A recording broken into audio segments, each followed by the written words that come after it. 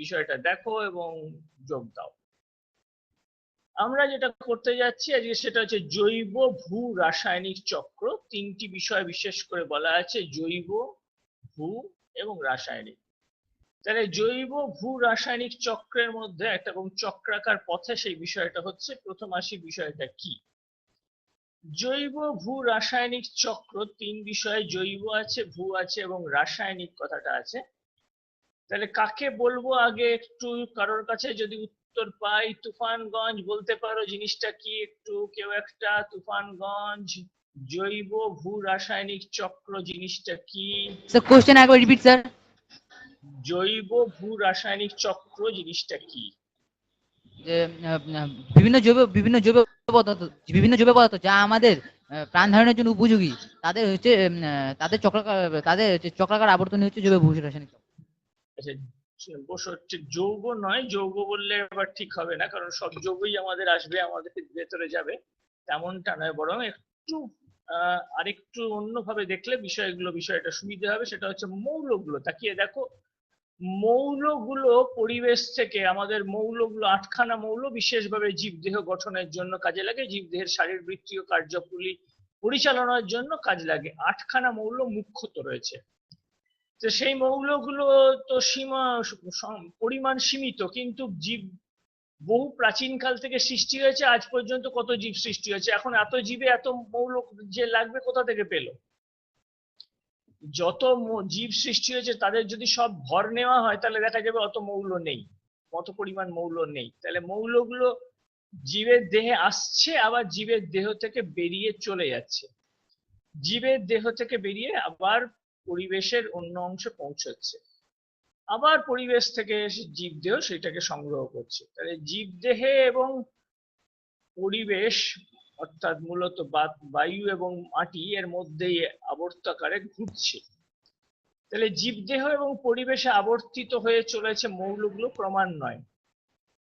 এই চক্রাকার পথকেই জৈব ভূ রাসায়নিক চক্র, জীবদেহ, ভূ প্রকৃতির, আর এটা রাসায়নিক পদার্থের একটা চক্র।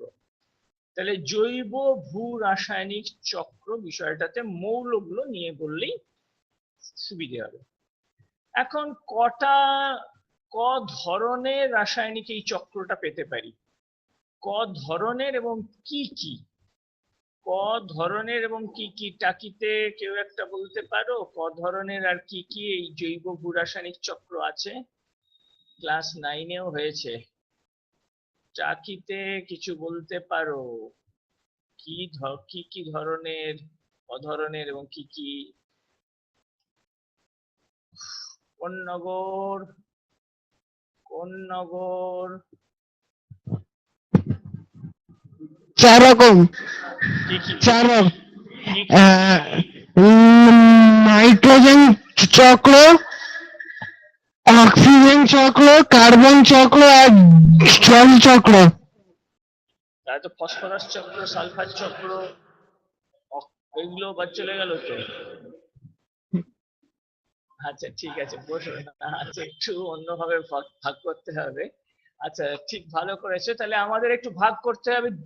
আমরা ভাগটা মনে করো ক্লাস 9-এ যা করেছো, দুটো ভাগ, একটা হচ্ছে গ্যাসীয় প্রকৃতির, একটা হচ্ছে পলল প্রকৃতি। গ্যাসীয় প্রকৃতির মানে কার্বন, হাইড্রোজেন, অক্সিজেন যদি কেউ গ্যাস হিসেবে থাকে, তার মধ্যে মুখ্যত রয়েছে কার্বনটা কার্বন ডাই অক্সাইড হিসেবে, হাইড্রোজেনটা আমাদের সেই হিসেবে আসে না গ্যাস হিসেবে, অক্সিজেন রয়েছে, নাইট্রোজেন রয়েছে। অন্যান্যরা গ্যাসীয় প্রকৃতির না হয়ে মাটি থেকে বা শিলার মধ্যে জমা রয়েছে, এবং তার থেকে আমাদের জীবদেহের, আমাদের নয় বলে জীবদেহে কোনো না কোনো ভাবে প্রবেশ করছে, সেটা ফসফরাস, সালফার, এগুলো দরকার আছে। তাহলে সেগুলো পলল প্রকৃতির বলা হচ্ছে।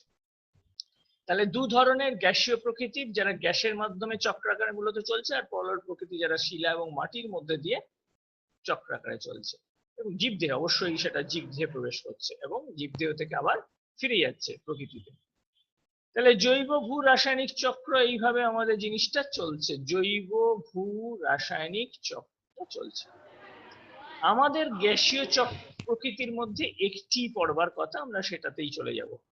আমরা গ্যাসীয় চক্রের মধ্যে একটি পড়বার কথা, আমরা সেখানে পড়া শুরু করি। তাহলে গ্যাসীয় চক্রটা কিরকম, এবং তার মধ্যে একটা যেটা গ্যাসীয় চক্র বলতেই পেরেছি, গ্যাসের মাধ্যমে সেই বিষয়টা হবে। আমরা সেই গ্যাসের মাধ্যমে এই বিষয়টা করতে গিয়ে শুরু করব প্রথম যে একটি আছে সেটাতেই আমরা শুরু করি। দেখো তাহলে সামনে বিষয়টা, গ্যাসের মধ্যে যে জিনিসটা রয়েছে সেটা এবং চক্রটা কি, আগে প্রথমে সংক্ষেপে বিষয়টা বোঝার চেষ্টা করি। কারখানাগুলোতে বিভিন্ন সার তৈরি হয়, তার মধ্যে নাইট্রোজেন ঘটিত সার তৈরি হয়। আগ্নেয়গিরি থেকেও নাইট্রোজেন ঘটিত গ্যাস বেরোয়। আর পরিবেশে বাতাসে আমাদের নাইট্রোজেন বিপুল পরিমাণে রয়েছে, প্রায় 78% আয়তনগতভাবে নাইট্রোজেন রয়েছে। তাহলে সেই নাইট্রোজেন সবই আমাদের মূলত মাটিতে আসবে কি জীবদেহে কিভাবে আসবে, সেটাই হচ্ছে মুখ্য বিষয়। এখন বাতাসে যে নাইট্রোজেন সেটা জীব সরাসরি নিতে পারে না, অধিকাংশ জীবই নিতে পারে না। অনেক পরিমাণ থাকা সত্ত্বেও সেই নাইট্রোজেনের যে গ্যাসীয় অবস্থা, সেই গ্যাসীয় অবস্থা থেকে কাজে উপযোগী করে অধিকাংশ জীব তাকে নিতে পারে না। কিন্তু নাইট্রোজেন সমস্ত জীবের একটা প্রয়োজনীয় উপাদান, সমস্ত জীবের প্রয়োজনীয় উপাদান। সেটা কিসের জন্য আসছে আগে প্রথমে দেখে নি। নাইট্রোজেনটা তাহলে পরিবেশের নাইট্রোজেন এইভাবে আসছে প্রথমে মাটিতে। মাটিতে আসলে মাটির থেকে প্রথম উদ্ভিদ নেবার বা অন্যান্য কয়েকটা ব্যাকটেরিয়া জাতীয় বা জাতীয় জীব তারাই নিতে পারে। তাহলে প্রথম জীব দেহে প্রবেশ নাইট্রোজেন, তাহলে পরিবেশের থেকে বাতাস থেকে জীব দেহে প্রবেশ করেছে। জীব দেহের মধ্যে নানা ধরনের জীব আছে, যেমন ব্যাকটেরিয়া, উদ্ভিদ, আবার প্রাণীতেও পৌঁছবে, উদ্ভিদ থেকে প্রাণীতে। এখান থেকে আবারও কি হবে, জীবদেহ থেকে নাইট্রোজেন আবার মাটিতে পুনঃ প্রবেশ করবে, হয় রেচন পদার্থ রূপে অথবা জীবটার মৃত্যুর পরে সেখানে চলে যাবে। জীবটার মৃত্যুর পরে সেখানে আবার মাটিতে আবার ফিরে যাবে। তাহলে এই হচ্ছে আমাদের মাটিতে ফিরে যাওয়ার বিষয়টা রয়েছে। মাটিতে ফিরে যাওয়ার বিষয়টা এইভাবে রয়েছে। তাহলে মাটিতে ফিরে গেল, মাটিতে ফিরে গেলে আবার এইভাবে মাটির থেকে কি হবে, বাতাসে পরিবেশে ফিরে যেতে হবে, যাকে বলবো নাইট্রোজেন মোচন। তাহলে চারটে বিষয় করলাম।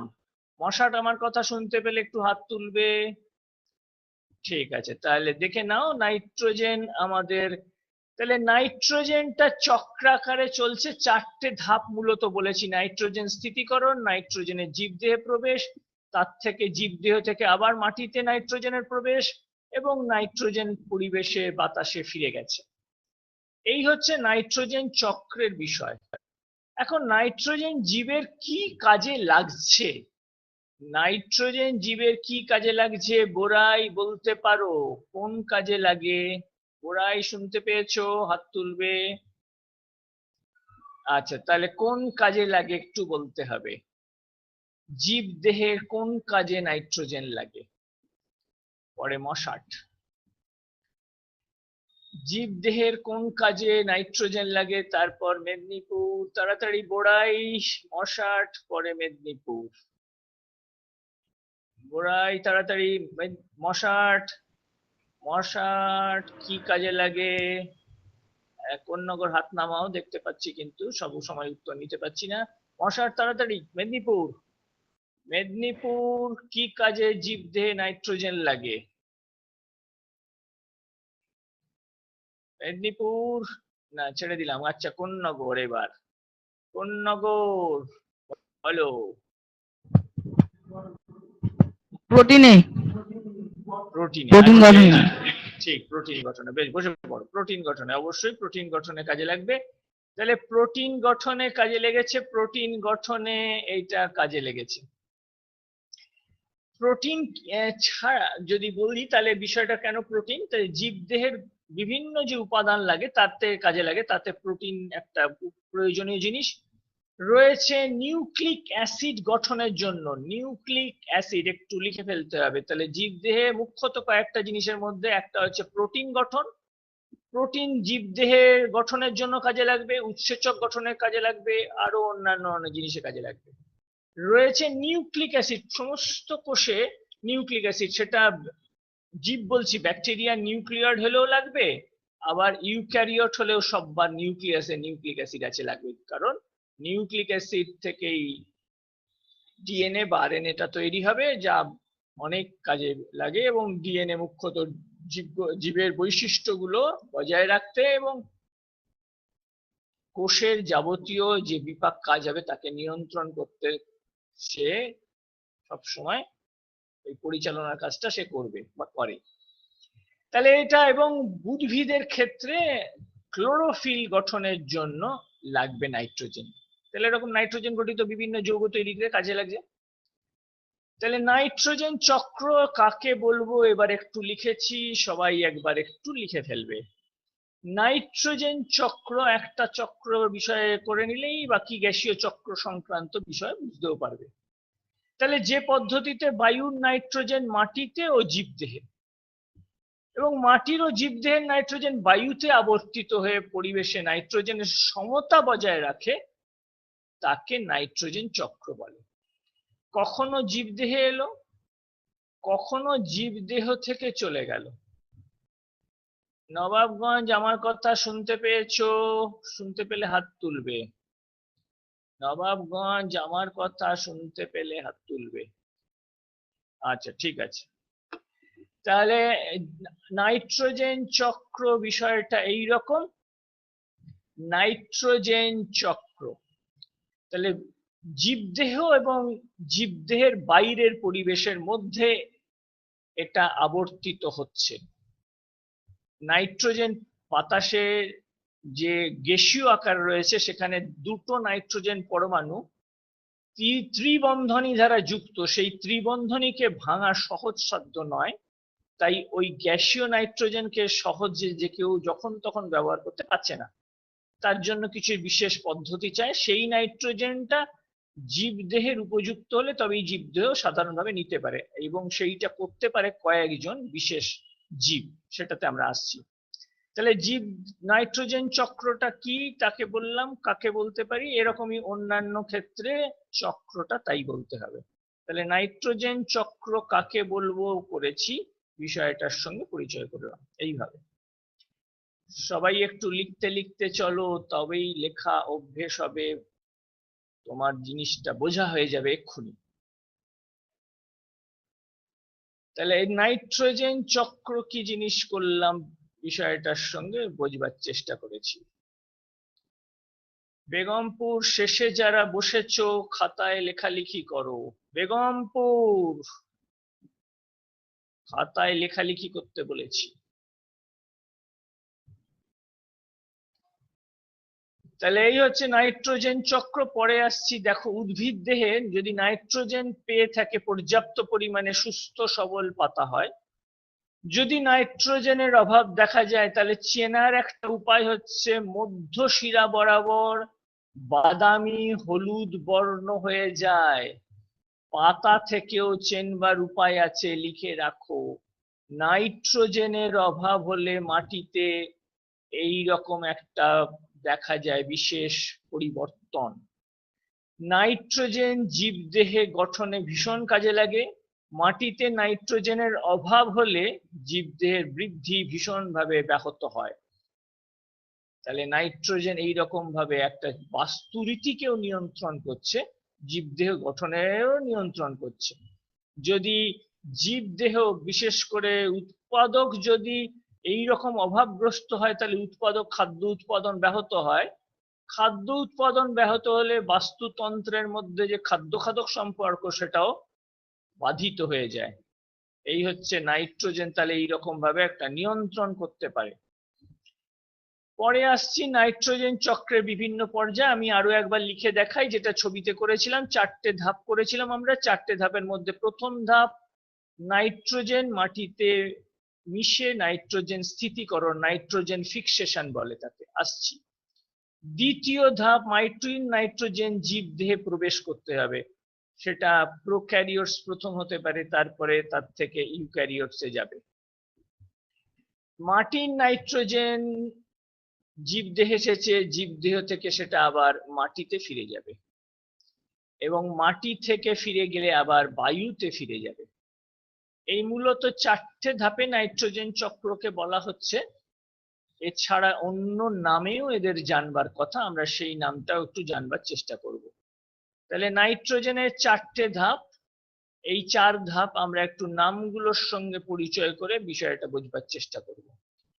নাইট্রোজেন স্থিতিকরণ, জীবদেহে প্রবেশ নাইট্রোজেনের, নাইট্রোজেন আবার জীবদেহ থেকে মাটিতে পুনরায় ফিরে আসা, মাটির থেকে আবার বায়ুতে ফিরে যাওয়া, এই হলো 4টে ধাপ।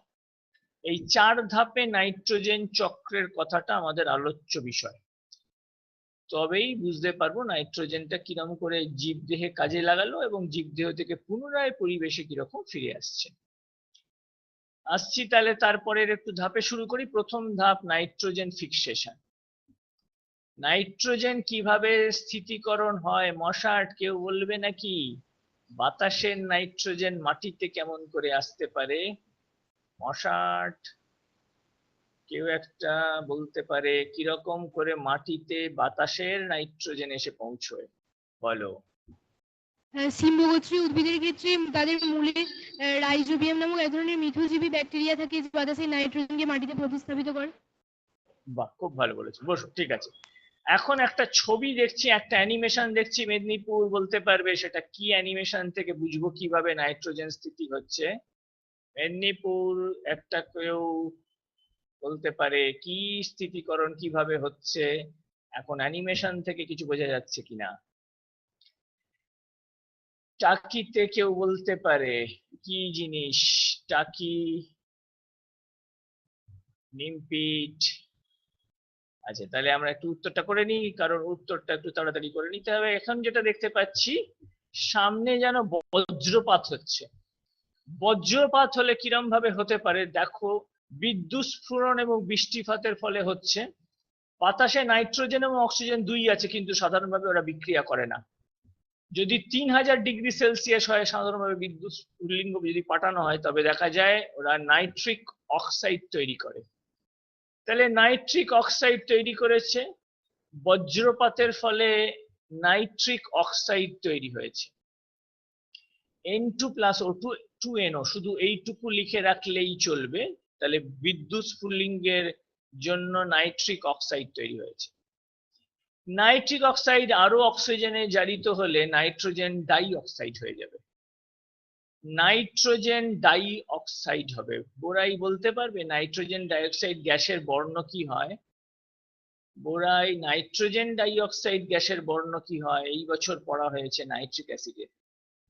বোরাই কি রং হয়? নবাবগঞ্জ কি বর্ণ হয়? নবাবগঞ্জ কি রং হয়? আর একটু মাইক্রোফোন অন করে ঠিক বলতে হবে। হ্যাঁ বলো। বাদামি বর্ণের। বাদামি বর্ণের, ঠিক বসে বলো। তাহলে বাদামি বর্ণের হয়। তাহলে আমাদের একটু অন্য জায়গার পড়াগুলো কাজে লাগিয়ে নিতে হবে। এখানে নাইট্রোজেন ডাইঅক্সাইড তাহলে রূপান্তরিত হয়ে যাচ্ছে, যেটা সাধারণভাবে আমরা বাদামি বর্ণের গ্যাস বলে জানি। তাহলে নাইট্রোজেন ডাইঅক্সাইড তৈরি হয়েছে, নাইট্রিক অক্সাইড নাইট্রোজেন ডাইঅক্সাইড হয়ে গেছে। নাইট্রোজেন ডাইঅক্সাইড তাহলে কি করতে পারে? বৃষ্টির জলের সঙ্গে মিশে গিয়ে কি হতে পারে? নাইট্রাস অ্যাসিড এবং নাইট্রিক অ্যাসিড, বিক্রিয়াটা একটু লিখে ফেলো তাহলে মনে থেকে যাবে। নাইট্রাস অ্যাসিড ও নাইট্রিক অ্যাসিড তৈরি হবে। এই অ্যাসিড গুলো মাটিতে থাকা যে খনিজ লবণের আয়ন ক্যালসিয়াম পটাশিয়াম, সেই সব আয়নের সঙ্গে বিক্রিয়া করে নাইট্রেট, মূলত নাইট্রাইট এবং পরে নাইট্রেট লবণ তৈরি করবে। সেই লবণের থেকে উদ্ভিদ লবণ সংগ্রহ করতে পারবে। তাহলে এই হচ্ছে প্রকৃতিতে পরিবেশে থাকা যে নাইট্রোজেন গ্যাস, সেটা অল্প পরিমাণে মাটিতে এইভাবে নাইট্রেট লবণ রূপে পৌঁছচ্ছে। নাইট্রোজেন স্থিতিকরণ বা নাইট্রোজেন ফিক্সেশন প্রথম ধাপ বললাম। এই হচ্ছে নাইট্রোজেন স্থিতিকরণের বিষয়। ক্যালসিয়াম পটাশিয়াম কথাটা লিখে রেখো, যাদের নাইট্রেট লবণটা তৈরি হচ্ছে বলে জানলাম। তাহলে নাইট্রোজেন স্থিতিকরণ মাটিতে এসেছে, এবারে জীবদেহে প্রবেশের ব্যাপারটা বুঝতে হবে। মাটিতে কিছু নাইট্রোজেন পরিবেশ বাতাস থেকে পৌঁছেছে। এবারে এই নাইট্রোজেন জীবদেহে কিরকম যেতে পারে তাতে আরেকবার আসছি। নাইট্রোজেন চক্রের একটা ছোট্ট রূপ আরেকবার দেখলাম। এরকম নাইট্রোজেন পরিবেশ থেকে বাতাস থেকে নানাভাবেই পৌঁছচ্ছে। তার মধ্যে নাইট্রোজেন স্থিতিকরণের দ্বিতীয় বিষয়, নাইট্রোজেন স্থিতিকরণ মাটিতে বা জীবদেহে আসার একটা ব্যবস্থা আরেকটা, যেটা আমাদের একজন বলেছে মশার থেকে। তাহলে নাইট্রোজেন স্থিতিকরণ জীবাণু দিয়ে হতে পারে কিনা, জীবাণুরাইও কাজ করছে কিরকম। প্রথম হচ্ছে স্বাধীনজীবী জীবাণু। আমাদের পরীক্ষাতেও এইভাবে জানতে চাইছে, দুটো স্বাধীনজীবী জীবাণুর নাম করো যারা নাইট্রোজেন স্থিতিকরণ করতে পারে। স্বাধীনজীবী জীবাণুর মধ্যে প্রথম নিচ্ছি ব্যাকটেরিয়া, ক্লস্ট্রিডিয়াম অ্যাজোটোব্যাক্টার, নীলাভ সবুজ শৈবাল বা সায়ানোব্যাকটেরিয়া, অ্যানাবিনা নস্টক। এরা সরাসরি বায়ুর নাইট্রোজেনকে শোষণ করে মাটিতে স্থিতিকরণ করতে পারে। স্বাধীনজীবী একাই থেকে কাজ করতে পারে। আবার অন্য আরেক দল আছে যাদের অন্যদের সঙ্গে সম্পর্ক রেখে কাজ করার বিষয়টা রয়েছে। তাহলে স্বাধীনজীবী জীবাণু প্রথম নিয়েছি, উদাহরণগুলো জানবার একটু দরকার। ব্যাকটেরিয়ার মধ্যে ক্লস্ট্রিডিয়াম অ্যাজোটোব্যাক্টার, সায়ানোব্যাকটেরিয়া বা নীলাভ সবুজ শৈবাল বা ব্লু গ্রিন অ্যালবি বিজিএ, তারা হচ্ছে অ্যানাবিনা নস্টক। সরাসরি নাইট্রোজেনকে নিজের দেহে সংগ্রহ করতে পারে। তাহলে এইভাবে মাটিতে অথবা যারা থাকছে জীবদেহে, তারা কেউ কেউ নিজের দেহে নিয়েছে, এটা তাদের পক্ষে সম্ভব হয়েছে। তাহলে বাতাসের নাইট্রোজেন মাটিতে অথবা জীবদেহে স্থিতিকরণ হচ্ছে, এটা প্রথম দিককার ধাপ করলাম। তাহলে এই নাইট্রোজেনটা স্থিতিকরণ যদি যাতে মাটিতে যে লবণ এসেছে অথবা যে জীবাণুদের দ্বারা যেগুলো স্থিতিকরণ হয়েছে, সেটা দুটি বিষয়ে নিয়েছি আগে। তারপরে তাহলে আরেকটু বিষয় এগোই, বিষয়টায় কিরকম করে হবে সেই বিষয়টাও জানতে হবে। আসছি তাহলে একটু ধাপটায় আসি, পরে আসছি একটা ছোট্ট বিষয়।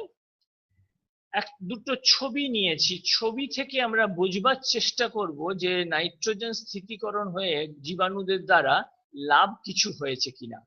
ছবি দেখে কোনো বোঝা যাচ্ছে যে কিছু লাভ হয়েছে কিনা, জীবাণু নাইট্রোজেন স্থিতিকরণের ফলে কোনো লাভ হয়েছে, একটু হাত তুললে উত্তরটা সেখান থেকে নেব, তাহলে তাড়াতাড়ি এগোবো। ছবি আমাদের কিছু বলছে কিনা। আচ্ছা, তাহলে বুঝে নাও। অ্যাজোটোব্যাক্টার বাঁদিকে ব্যাকটেরিয়া, অ্যাজোটোব্যাক্টার মাটিতে যদি প্রয়োগ করা হয়, ডান দিকে যেমন দেখতে পাচ্ছি, মাটিতে প্রয়োগ করলে আপেল উৎপাদন ভালো হয়েছে, ছবি থেকে তা দেখতে পাচ্ছি। এরকম অন্যান্য আরো ফসল উৎপাদনের ক্ষেত্রে দেখা যায় নাইট্রোজেন স্থিতিকারী ব্যাকটেরিয়া মাটিতে থাকলে উৎপাদন ভালো হয়। তার একটা অন্তত প্রকৃতিতে কি দেখা গেছে বাস্তব একটা উদাহরণ দেখবার চেষ্টা করলাম। অ্যাজোটোব্যাক্টার দিয়ে এইরকম দেখা গেছে।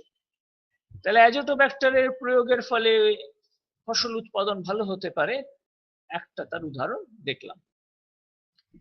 পরে একটা ছবি দেখতে পাচ্ছি, বোরাই। ছবিটা কিসের একটু বলা যাবে? নাইট্রোজেন স্থিতিকরণের সঙ্গে একটা ছবি দেওয়া আছে, বোরাইতে বলা যাবে।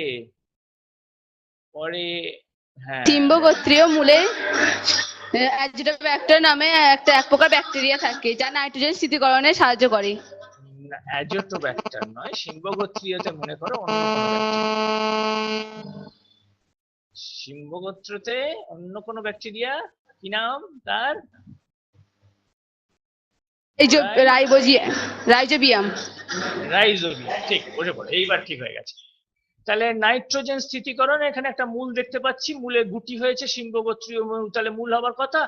তাহলে শিম্বগোত্রীয় উদ্ভিদ, মিথজীবী জীবাণু রয়েছে, মিথজীবী জীবাণু রয়েছে, যেমন রাইজোবিয়াম থাকে শিম্বগোত্রীয় উদ্ভিদের মূলে, এবং তারা নাইট্রোজেন স্থিতিকরণে ভূমিকা নেয়। মিথজীবী কাকে বলবো একবার? মেদিনীপুর কেউ একটা, মিথজীবী কাদের বলে মেদিনীপুরে? পরে কোন্নগর, একটু তাড়াতাড়ি করতে হবে, তারপর বেগমপুর, একটু তাড়াতাড়ি নিতে হবে। মেদিনীপুর মিথজীবী কাকে বলে? মিথ্যজীবী কোন নগর, কোন নগর, বেগমপুর। মিথ্যজীবী মশাট, মিথ্যজীবী মশাট, মিথ্যজীবী। আচ্ছা তাহলে বলে নিচ্ছি, মনে পড়ছে না এখন। মিথ্যজীবী হচ্ছে যদি দুটি জীব পুষ্টিগতভাবে পরস্পরের সহায়ক হয় তাদের মিথ্যজীবী বলে। অবশ্য মিথ্যজীবীকে আরেকটু ভাগও করা হয়, কখনো কখনো দুজনের মধ্যে পুষ্টিগত সম্পর্ক থাকলেও একজন হয়তো উপকার লাভ করে অন্যজন উপকার লাভ করে না, তাকেও মিথ্যজীবীতে নেওয়া হয়। মূলত আমরা অবশ্য এখন চলছি দুজন দুজনকে পরস্পর সহায়তা করবে পুষ্টির দিক থেকে, খাদ্য লাভের বিষয়টার দিক থেকে। তাহলে নাইট্রোজেন স্থিতিকরণের সিম্বগোত্রীয় যে উদ্ভিদ তার সঙ্গে রাইজোবিয়াম পুষ্টিগত দিক থেকে দুজন দুজনকে সাহায্য করবে। জীবাণুর নাম মোটামুটি করে ফেলেছে, একটু আগে ছবি দেখে নিই রাইজোবিয়াম কিরম করে ঢুকছে এবং নাইট্রোজেন স্থিতিকরণে সাহায্য করছে। প্রথমে দেখো অল্প ব্যাকটেরিয়া প্রবেশ করতে যাচ্ছে, গুটি সৃষ্টি হচ্ছে, ধীরে ধীরে গুটি অনেক বড় হয়ে যাচ্ছে। তাহলে এইভাবে নাইট্রোজেন স্থিতিকরণে রাইজোবিয়াম একটা উদ্ভিদের সঙ্গে সম্পর্ক স্থাপন করেছে, সিম্বগোত্রী উদ্ভিদের সঙ্গে। এরকম সিম্বগোত্রী উদ্ভিদ থাকলেই তবেই এটা সম্ভব। সিম্বগোত্রী উদ্ভিদ এক ধরনের ক্ষরণ করে, যে ক্ষরণের জন্য রাইজোবিয়াম আকৃষ্ট এবং সেখানে এসে জমা হয় এবং তারপরে গুটির সৃষ্টি করে সেখানে থেকে যায়। তাহলে এই দুজনের মধ্যে পারস্পরিক সম্পর্ক থাকলে তারপরে বিষয়টা হবে, এবং ক্ষেত্রে পুষ্টিগত সম্পর্ক রয়েছে। পরে আরেকটা ছবিতে এসেছি, বেগমপুর ছবি দেখে চেনা যাবে কি জিনিস, বেগমপুর। পরে নবাবগঞ্জ ছবি দেখে চেনা যাবে এটা কি জিনিস, বেগমপুর। আরেকবার বলো। অ্যাজোলা। ঠিক, বসে পড়ো, অ্যাজোলা, ঠিক বলেছো, অ্যাজোলা। তাহলে এটা হচ্ছে অ্যাজোলা। অ্যাজোলা একটা এক ধরনের ফার্ন, অ্যাজোলা এক ধরনের ফার্ন। এই ফার্নের সঙ্গে একজন সম্পর্ক করে থাকে সায়ানোব্যাকটেরিয়া অ্যানাবিনা অ্যাজোলি। তাহলে অ্যাজোলা ফার্নের সঙ্গে মিথ্যজীবী রূপে আরেক ধরনের ব্যাকটেরিয়াও সম্পর্ক স্থাপন করতে পারে। একটু আগে আমরা যে অ্যানাবিনার কথা করেছি, তাহলে তারা এরকম থাকতে পারে। তাহলে নাইট্রোজেন স্থিতিকরণে মিথ্যজীবীও পুষ্টি পদ্ধতি এবং জীবাণু কিরকম রয়েছে, উদ্ভিদ কিরকম রয়েছে সেটা করলাম। নাইট্রোজেন স্থিতিকরণে অ্যাজোলা রয়েছে, যারা এই নাইট্রোজেনটা তাহলে জীবদেহে স্থিতিকরণের প্রথম ধাপ হলো। নাইট্রোজেন স্থিতিকরণের প্রথম ধাপটা, এবং বলতে পারো কিছু দ্বিতীয় ধাপেও পৌঁছেছি কারণ জীবদেহেও পৌঁছেছে। নাইট্রোজেন স্থিতিকরণ প্রথম। এবার দুই একটা টার্ম আমাদের জেনে নিতে হবে। প্রথম একটা টার্ম আসছি, একটা টার্মের সঙ্গে পরিচয় করছি, তার সঙ্গে একটা বিক্রিয়া দেখে নেব। নাইট্রোজেন কিরম করে স্থাপিত হয়েছে, এখন যে এসেছে সেটা অ্যামোনিয়া রূপে এসেছে। নাইট্রোজেনের সমস্ত জীব যারা এরকম নাইট্রোজেনকে স্থিতিকরণ করলো, প্রত্যেকেরই মধ্যে নাইট্রোজেনের উৎসেচকটা দেখতে পাওয়া যায়।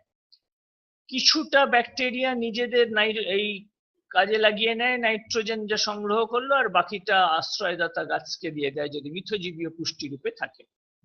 তাহলে অ্যামোনিয়া এসেছে এই রকম। এটা একটা শক্তি দিয়ে কাজটা চালাতে হবে, এটা এটিপি দিয়ে একটা সক্রিয় ব্যবস্থার মাধ্যমেই কাজটা হবে। তাহলে এটিপি সহযোগেই এই বিক্রিয়াটা হতে পারবে, সেই জন্য এটা একটা শক্তি চাহিদাপূর্ণ একটা বিক্রিয়াও বটে। নাইট্রোজেন এইভাবে স্থিতিকরণ হলো, অ্যামোনিয়া রূপে এসেছে। অ্যামোনিয়া জীবদেহ মূলত উদ্ভিদ নিতে পারার একটা ব্যবস্থা করতে পারে। পরে আসছি নাইট্রিফিকেশন। নাম শুনেছে কেউ? কেউ একটা নাইট্রিফিকেশন জিনিসটার নাম শুনেছে? নিতে পারি উত্তর কারোর কাছে? নাইট্রিফিকেশন, হ্যাঁ বোরাই। নাইট্রিফিকেশন বোরাই বলতে পারে? কেউ একটা বলবে নাকি? নাইট্রিফিকেশন, আচ্ছা, তাহলে আমি একটু নাইট্রিফিকেশন আচ্ছা ছেড়ে দিলাম, তাড়াতাড়ি করছি। নাইট্রিফিকেশন কিরম করে বিক্রিয়া ধাপে ধাপে হচ্ছে আমি তাতে আসছি, এবং যারা বিক্রিয়া করছে সেই সব অণুজীবের নাম, বিজ্ঞানসম্মত নাম লিখতে হবে, সেটা ইটালিক্সে ছাপা অক্ষরে হয়, তোমরা লিখবে যখন তলায় আন্ডারলাইন করবে না। নাম ইংরেজিতে মূলত ল্যাটিন নাম ইংরেজি অক্ষর দিয়ে লেখা হয়, সেই রকম ভাবে লিখেছি আমরা। নাইট্রোসোমোনাস, নাইট্রোসোস্পাইরা, নাইট্রোসোকক্কাস এবং অ্যামোনিয়া জারণকারী আর্কিয়া, এরা সবাই ব্যাকটেরিয়া। আর্কিয়াটা বিশেষ আরেক ধরনের ব্যাকটেরিয়া, এর জন্য ওদের একটা আলাদা রাজ্য বা আলাদা ডোমেন তৈরি করা হয়। তো এই আর্কিয়া কিরকম বিক্রিয়াটা হবে, অ্যামোনিয়াটা অক্সিজেনের সঙ্গে বিক্রিয়া করে এই রকম হাইড্রক্সিল অ্যামিন তৈরি করবে। হাইড্রক্সিল অ্যামিন তৈরি হবে। হাইড্রক্সিল অ্যামিন কি করবে? হাইড্রক্সিল অ্যামিন আরো একটা উৎসেচকের সঙ্গে সাহায্য নিয়ে, জলের সাহায্য নিয়ে নাইট্রাইট তৈরি করবে। তাহলে এই ধরনের ব্যাকটেরিয়ারা নাইট্রাইট পর্যন্ত পৌঁছে দিয়েছে, অ্যামোনিয়াকে নাইট্রাইট করেছে। আগে অ্যামোনিয়া পর্যন্ত হয়েছিল, অ্যামোনিয়া থেকে এবারে নাইট্রাইট পর্যন্ত এসে পৌঁছেছি। নাইট্রাইট থেকে নাইট্রেট হওয়ার একটা দরকার, তার সেটা একটু সুবিধাযোগ্য। তাতে যারা কাজ করবে তাদের দলের নাম নাইট্রোব্যাক্টার, নাইট্রোস্পাইরা, নাইট্রোকক্কাস এবং নাইট্রোস্পাইনা। এরা কিরকম বিক্রিয়া করতে পারে সেই বিক্রিয়াটা নিয়েছি। আরো অক্সিজেনের নাইট্রাইটকে অক্সিজেন দ্বারা জারিত করে নাইট্রেটে পরিণত করেছে। তাহলে এই হলো নাইট্রিফিকেশন এর নাম। এই ধাপ ধাপ একে নাইট্রিফিকেশন বলা হবে, অর্থাৎ নাইট্রেট লবণ মাটিতে পৌঁছলো যা উদ্ভিদ নিতে পারবে। ব্যাকটেরিয়ারা মূলত, এবং ব্যাকটেরিয়া যদি আর্কিয়াও এরা তার সঙ্গে আছে। আর্কিও এক ধরনের ব্যাকটেরিয়া বটে, একটু বিশেষ ধরনের ব্যাকটেরিয়া। তাহলে এই আমাদের ছোট্ট প্রশ্ন থাকে, নাইট্রোব্যাক্টার কি করতে পারে, নাইট্রোসোমোনাস কি করতে পারে। নাইট্রোসোমোনাস জাতীয় ব্যাক্টেরিয়া নাইট্রাইট তৈরি করে, নাইট্রোব্যাক্টার জাতীয় ব্যাকটেরিয়া গুলো নাইট্রেট তৈরি করে, পরের ধাপটা কাজ করে। এই হলো আমাদের নাইট্রিফিকেশন। নাইট্রোজেন পরিবেশ থেকে জীবদেহে বা মাটিতে পৌঁছচ্ছে কিরম করে, এই জিনিসটা আমরা নাইট্রিফিকেশনে জানলাম, চেষ্টা করলাম। আজকে সময় শেষ।